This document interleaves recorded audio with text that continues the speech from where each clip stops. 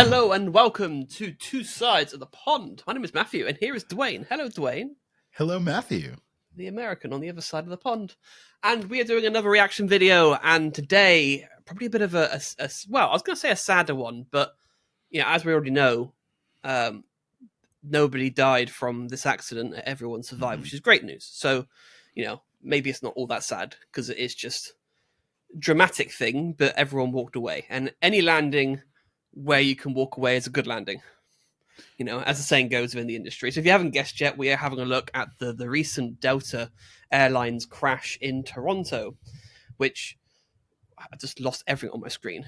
Amazing. Let's just bring back what I was looking at. While you're doing that, I have a question. No, well, I have a question though. Seriously, you fly a lot. I don't fly anywhere near as often as you do. All the plane crashes in the last 6 months get you nervous. I'm flying a Delta flight. No, you're flying Virgin Atlantic. But they're the same company. No, they're not. They're different companies. They're different companies. They work very well together. Delta owns a stake in Virgin Atlantic. They own a 49% share of Virgin Atlantic, but 51% is still owned by the Virgin Group itself and Richard Branson. So I should feel 1.1% better about flying Virgin Atlantic. It's not Delta staff operating the flight. It's Virgin staff. So that might make you feel a bit better. Okay. All right. So what are we doing? So we're having a look. We have a news article that was done by ABC News. So shout out to them. That's going to show footage that emerged of the crash itself. Because I first saw footage of a passenger getting off the plane and then turning around, and obviously you see what you see. Whereas there seems to be another plane that was, I think, lining up for takeoff or getting ready for takeoff that videoed the plane doing its thing. So let's have a little look and see what happened. We begin with these harrowing new images tonight of that Delta jet crash at Toronto's Pearson Airport. Investigators are now reviewing this new video of Delta Flight 4819 making a hard landing on the right landing gear right there, erupting in flames and then thick black smoke. The plane then beginning to roll, those 80 passengers and crew inside. Those passengers hanging upside down by their seatbelts. The heroic flight crew helping them to get off that plane. All 80 people on board survived, at least 21 injured, 2 remaining hospitalized tonight. But with the careful guidance from that 4-member flight crew, this was a miracle that everyone survived. Tonight, here, what this new video reveals about those final moments before the crash, what investigators will now be studying. ABC's Gio Benitez covers aviation. He leads us off from Toronto tonight. Tonight, this stunning new video showing the moment that Delta Airlines flight crash landed in Toronto. Investigators now reviewing the images. Its landing gear appearing to collapse. The right wing striking the ground, sparking flames, the plane flipping onto its back. A cloud of black smoke rising into the air. We hit the runway extremely hard and we kind of popped up and it felt like we were leaning to the left. There was a giant firewall down the side. I could actually feel the heat through the glass. And then we were going sideways. I'm not even sure how many times we tumbled, but we ended upside down. I was hanging there in my seatbelt upside down. The footage obtained by TMZ showing the Delta regional flight from Minneapolis touching down yesterday afternoon. Passenger John Nelson describing the harrowing moments inside, suspended by his seatbelt. At this point now, you're literally hanging upside down on this plane. I didn't want to hit my head. I wanted to make sure, I could stay safe as much as I could and just hold on and hope that we made it through that. Everything, drop it! Flight attendants seen standing on the ceiling of the plane, helping passengers scrambling to escape. Nelson shooting this video moments after the crash. Toronto, we just landed. Our plane crashed. It's upside down. Fire department's on site. At least 21 people injured, including a child. Patients treated for back sprains, head injuries, headaches, and nausea. But miraculously, all 80 passengers and crew were alive. For everyone to have survived this, what does that mean to you? I think I'm still processing it. It's when you see the videos and you live through it, like nobody should have to go through that. It's crazy. At the time of landing, winds gusting up to 40 miles per hour. The cause of the crash, though, still under investigation. The plane's charred fuselage now sitting frozen on the runway for examination. And tonight, that flight crew and those first responders who escorted everyone to safety hailed as heroes. Every time you board a flight, you are greeted by flight attendants and by flight crew. We saw the most important role that they play in action yesterday. The crew of Delta Flight 4819 heroically led passengers to safety. I thank each and every one of these heroes. And David, tonight, so many focusing on what those passengers did right, wearing those seatbelts, listening to the flight attendants, getting out of that plane fast, and leaving that luggage behind, all of it likely saving lives.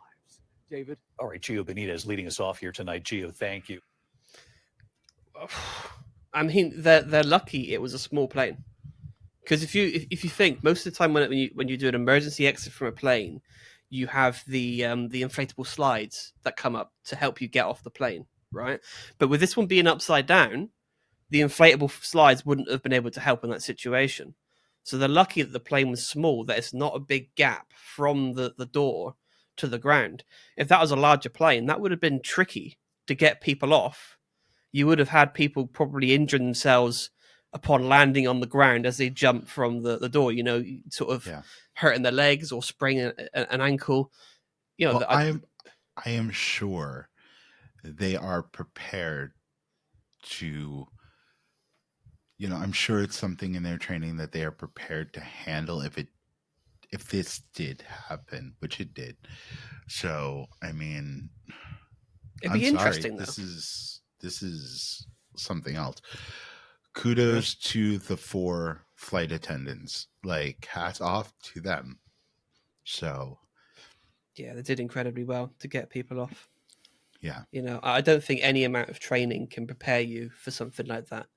They go through various scenarios. They, part of their training, part of cabin crew training will be to simulate getting people off, as quickly as possible, making sure that you're following your procedures at your stations, not panicking.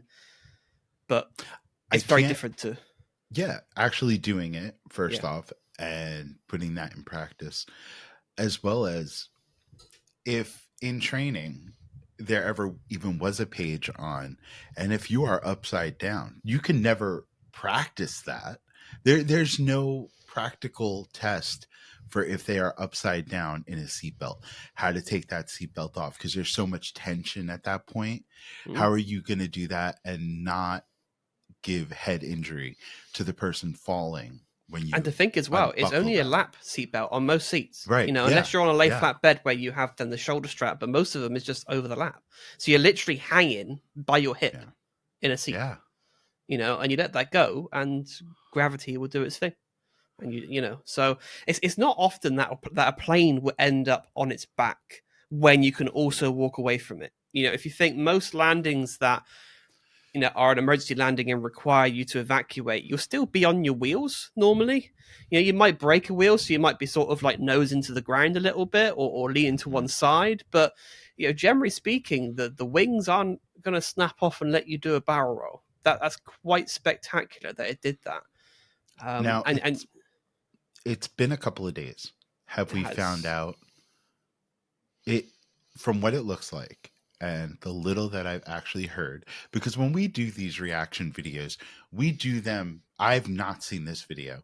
I have seen one picture of this, like of the plane being on its back. So this is a first time that I think either of us are actually watching the whole thing and seeing it being reported on, because we wanted it to be specifically raw and realistic reaction, right?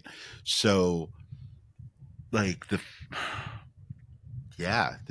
is the fact that all 80 people were able to get up and walk out, period. Now I have heard somewhere that, and from what it looks like might be true, that they were going too fast when they hit the ground hard. You can see it as well, that on impact was mighty fast. Now, bearing in mind, planes can handle quite a heavy landing. There's a very famous video of a Boeing 747, so the jumbo jet with the bubble, landing at Kai Tak, and that has 4 landing gears at the rear or the middle part of the aircraft, right? And as it lands at Kai Tak, which is an airport that doesn't exist anymore, but it was famous for sort of a 90-degree turn as you sort of land, and you straighten up at the last minute and land it, right? Really, really famous because there's a mountain in the way, so you had to come in and swoop around. As it lands on only one of the 4 landing gear. That one piece of landing gear took the weight of the entire aircraft, right? So they are built to extreme levels to cope with these pressures. So when you see a video of a heavy landing, which then has a subsequent barrel roll of the aircraft and it being engulfed in flames, that's a really heavy hit. Whatever happened there, that was heavy. And that is unusual. So you can see there was bad weather conditions as well. There was snowing. They said it was gusting around 40, 45 knots, whatever it was. That is a lot of wind. So whether there was something that pushed the plane down last minute, it could have been wind shear, for example, that caused it, or some sort of pressure that made the plane drop at the sky far too quick, and being that low to the ground, not much you can do about it. So it could have been nothing you could do. Possibly. Right. And we look at first responders with such high esteem and gratitude, but I can't express enough how well these 4 flight attendants did, because that's not, yes, they prepare, but that is not what their day-to-day lives are about. Nope. They don't go in thinking this might be the day that we have an emergency, you know, or so. And they don't go to work the following day and go, okay, let's do it all over again. Right. That's going to have a lasting impact on them now. It wouldn't surprise me if they'll struggle with PTSD.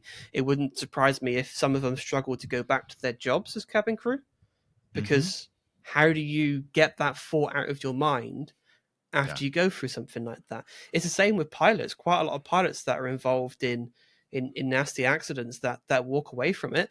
Some do go back to flying, but others they don't. It takes its toll.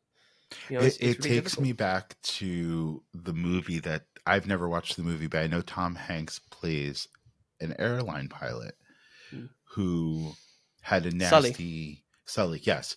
And the Hudson, the Miracle on the Hudson. The Hudson, yep. And they made a movie out of that.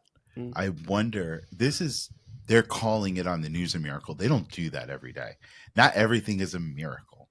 I'm kind of wondering, if there was a way that we can make these passengers and everybody on that flight infamous in some way, because they deserve it.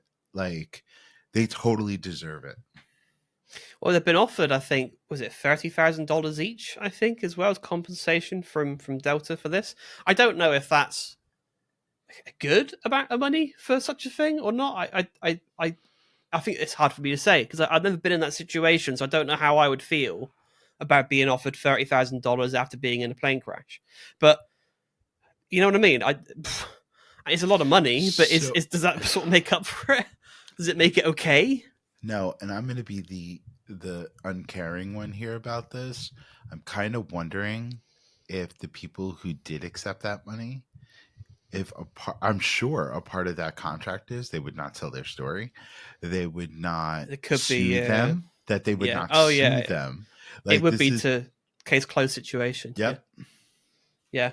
And that's just reality. You're being paid off. Yeah. It's like having a non-disclosure. If you get removed from a company, for example, you get paid off to, go away silently and not cause a stir. Yeah. So, yeah, it's not surprising. I suppose from Delta's point of view, its reputation, it's damage control at this point. Yeah. And I think it's easier when no one's died as a result. Obviously we've got some serious injuries. Hopefully they recover and they're fine. So I remember once I have a cousin who got into a car accident. When they were very young. They were the one who hit a child, right? And it messed him up mentally, obviously, for his whole life. He's still alive. He still deals with this on a regular. But and this is a really screwed up thing to say, the child did die. Okay, so my cousin is gonna have to deal with that for the rest of his life, right? But what the lawyer told him was that the child dying was the best possible case scenario for him. I would have fucking fired that lawyer so fast. That's a rough thing to say. Right? That's a really rough thing to say. I'm assuming that they have a point behind that statement. Their point, even though it's just crazy to think that a lawyer would say that, but was the fact that you will be paying, if this is a one-time payment that you have to handle this and deal with this right now. If the child survived and had damages, you would be paying for the rest of that child's life. Isn't that worth? You would have to, but right, a person's. You know life, what I mean? Yeah. Like, is it not completely worth the money for them to still be amongst the living? It's a very, very interesting thing for a lawyer to say, because I think if someone said it to me, I'd much rather take the higher price if it meant that they were alive. Yeah, that's rough. Completely agree. Yeah, that is rough. There was a story, something that happened near where I live. It's a real rough story. So there, obviously, we have motorways here, like you have highways, right? And we have slip roads. Whereas, how do you call it? Your on ramp. You have ramps. That's it. Ramps, slip roads and ramps. Right. I was trying to think what the American term was there, if I can remember. So we have slip roads, and we have 2 lanes on this particular slip road that joins a dual carriageway. So like a motorway, but a bit smaller. So obviously you can go in the right-hand lane, and that's the faster lane to overtake the slower cars on the left-hand lane, right? But quite often you do get people that like to hog the outside lane and go slow. So there was someone in a van or a lorry or whatever it was, some sort of truck, some sort of big vehicle that was getting frustrated with someone in front hogging the outside lane. So chose to go into the left-hand lane and undertake. Now, undertaking is an offence in this country. So whereas, like, for example, in America, it varies by state, but generally you can go past people in whichever lane you want, right? It doesn't really matter what lane people are in, whereas in the UK, we're supposed to have a lot more lane discipline. You can only go around people on the outer lanes, right? If someone is in here. No, we have that here. You're only supposed to pass on the left. Yeah, but it's a lot more enforced in the UK. Whereas in America, and again, varies by state. Some states are a bit more strict, some are a bit more relaxing on those rules, and you see people doing whatever they want in whichever lane, right? Whereas the UK, it's supposed to be, it doesn't always work, but it's supposed to be more of a strict thing to follow. So, it's an offence to undertake. So this person decided to undertake because they got frustrated, which I get. I understand the frustration when you have people driving very slow on a slip road. For example, it's 70 miles an hour on the dual carriageway. People going 30 miles per hour on the slip road. It is dangerous to join a dual carriageway at that speed. The point of the slip road is to match the speed of the dual carriageway so you can slip in. Right. It's a merge, exactly. Yeah. Okay. So I understand the frustration from the driver. So from his mindset, I'm going to be safer and join a dual carriageway by undertaking this slow car that is taking the piss. I get it. Unfortunately, at the top of the slip road, there was a broken down car, and there was somebody changing the tire on that car, and they were kids, and the wife sat inside the car. The van didn't see the person by the car and plowed through him, and his family saw. How devastating is that? All because he got frustrated by someone being too slow in the outside lane. And I get it. And that's the thing. I get the frustration that would have went through that driver's mind, but it resulted in a nasty accident that should never have happened.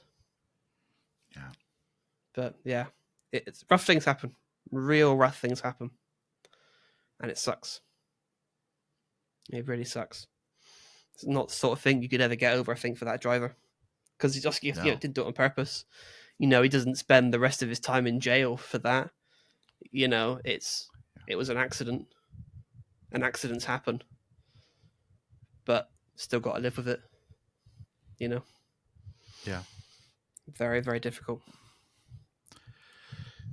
So I want to hear everybody's comments below. I don't want comments of anything other than praise for everybody on that plane. Yeah, nothing on this one deserves any negative comments. Yeah. This is about the passengers and the crew that managed to keep everyone alive. Yeah, because they deserve the praise for that. Yeah, regardless of what caused that plane to crash, they deserve the praise for keeping everyone alive. So show them your love down below, and thank you for watching. Thank you for taking time to hang with us. And we come out with stuff all the time. We have weekly podcast episodes on Friday. We have a Patreon. Yeah, check it out and send some love, people. All right. Until the next one. Bye for now. Bye.